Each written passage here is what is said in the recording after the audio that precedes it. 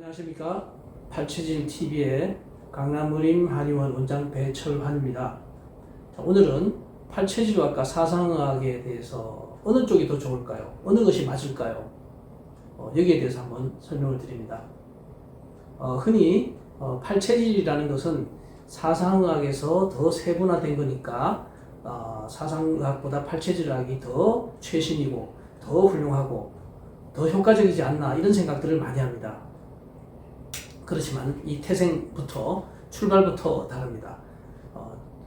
이재만 선생님의 사상의학은 그야말로 아무것도 이 체질의학이라는 것이 없는 이 지구상에 전무후무한 이 지구상에 최초로 체질의학이라는 걸 가져오신 분이죠. 1800년대에 2조 말기에 이재만 선생님이라는 위대한 성인이 오셨죠. 우리는 성인이라고 얘기를 합니다. 그래서 이 사상학을 아무것도 없는 데서 만들어신 분이 이재만 선생님입니다. 그래서 그분의 처방과 그분의 분류법 이런 것들이 책에 간단하게 소개가 되어 있습니다. 그 다음에 팔체질학은요 1960년에 최초로 동경에서 논문이 발표돼서 비밀리에 사적으로 이렇게 전달되고 전수되고 이런 과정을 거쳐서 발전이라기보다는 상당히 폐쇄적인 분위기에 신비스러운 분위기에서 이렇게 명명을 이어 내려온 것입니다.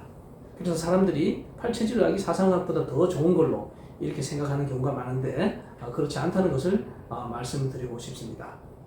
사상의학은 이재만 선생님이 발표하실 때 침법보다는 약물 위주로 연구를 하셨습니다. 약물 위주로 난치병, 죽을 수밖에 없는 병들, 굉장히 무서운 병들 이런 것들을 다스리는데 처방을 구성을 하셔서 만들어 놓았죠. 그래서 후대 사람들이 그 처방을 기초로 해서 훨씬 더 연구를 해서 지금은 훨씬 더 발전한 처방, 수백 가지 처방으로 만들어서 그것을 활용하고 대단한 성과를 이루고 있습니다. 871침법은 우리가 말했지만 이 주관절과 슬관절 이하의 5가지 오수혈, 목화, 토, 금, 수의 오행혈을 통해서 침을 놓는 것인데요. 이것은 역시 조선시대에 사암도인이라는 분이 발명해내신 사암침법의 발전된 모습 이렇게 생각하면 됩니다. 그래서 시대가 흐르면서 이렇게 발전을 한 거고요.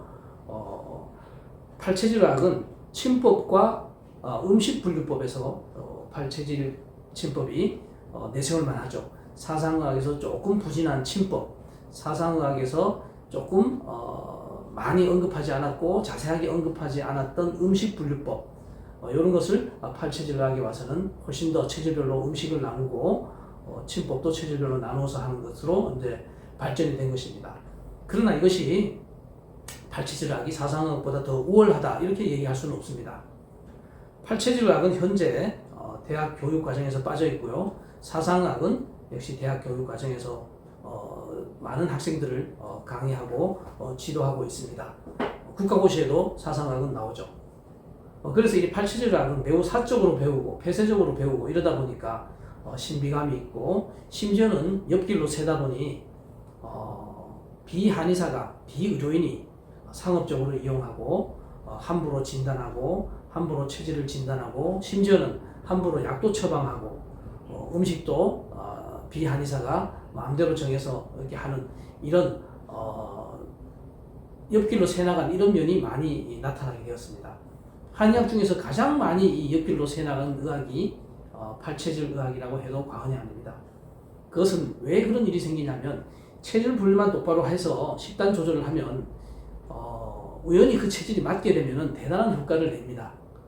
그래서 그런 일이 생긴 거고요. 그러나 약물 치료와 침 치료 이런 것들이 전문가의 그런 전문적인 진료가 안 들어가면 체질 확인만 가지고는 한계가 있다는 것을 이해를 해야 됩니다.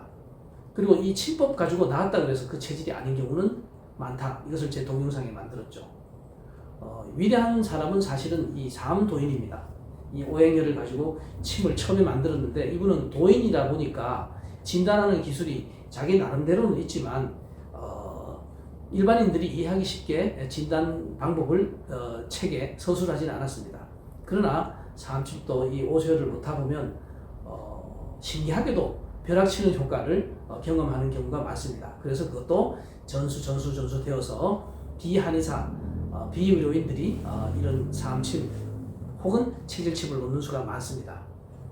여러 번 얘기했지만 체질침으로 병이 나았다 그래서 그 체질로 확신하는 것은 위험하다는 것을 말씀드리는 동영상이 있었죠. 얼마 전에 만든 동영상인데요. 모금 체질 환자인데 금음 체질침을 맞아서 비염이 났었습니다. 이 환자가 오래된 비염이 나서가지고 자기는 금음 체질로 믿고 식단 조절도 하고 치료해준 의사도 금음 체질로 믿고 병이 나았으니까 수년간 체질식을 해왔죠. 환자가 저한테 올 때는 아주 피골이 상접하고 살이 빠지고 뭐 성기능도 다 떨어지고 비염은 나았는데도 불구하고 사람은 형편없이 에너지도 떨어지고 뭐 일을 하기도 힘들고 이래서 온 환자였는데 진찰을 해보니까 비교적 모금 체질맥이 또렷하게 나왔어요. 그래서 약 한 달 정도 모금 체질식과 모금 체질 음식과 이걸 했더니 완전히 회복이 돼서 새 사람이 되어서 금음 체질로 3년 한 거를 한 달 만에 모금 체질로 해서 완전 복구가 되고 그 이상으로 좋아진 이런 케이스가 있었습니다.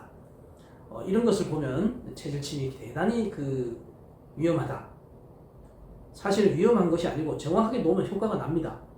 이 오수혈이라는 혈은 워낙 강력하고 신비한 힘을 갖고 있기 때문에 침을 놓으면 어떤 경우는 즉각 반응을 보이기도 합니다. 그렇지만 그 반응을 보인다고 해서 그 체질로 오판하는 것이 위험하다는 얘기입니다. 그래서 이런 체질침의 한계점, 그 다음에 과거의 사상학의 한계점, 사암침법의 한계점, 이런 것들을 다 알고 요즘 새로운 의술로 태어나기 위해서는 이런 과거의 것을 기초로 해서 자꾸 새로운 것을 받아들이고 열린 마음으로 새로운 것을 연구해야 되지 과거 것이 다다, 이재만 선생님 이론이 전부 다다, 팔체질학이 전부 다다 이런 생각을 하면 의학이 발전이 없습니다. 그래서 오늘 이 동영상은 과거의 사상학과 과거의 팔체질 이론에 갇혀 있지 말자라는 것을 주제로 말씀드리고 이 동영상을 듣는 의료인이나 이 동영상을 보고 있는 일반인이나 다 그런 것을 생각하고 새로운 체질학에 대해서 이 동영상을 보고 공부를 했으면 좋겠다는 생각으로 동영상을 만들었습니다. 시청해줘서 감사합니다.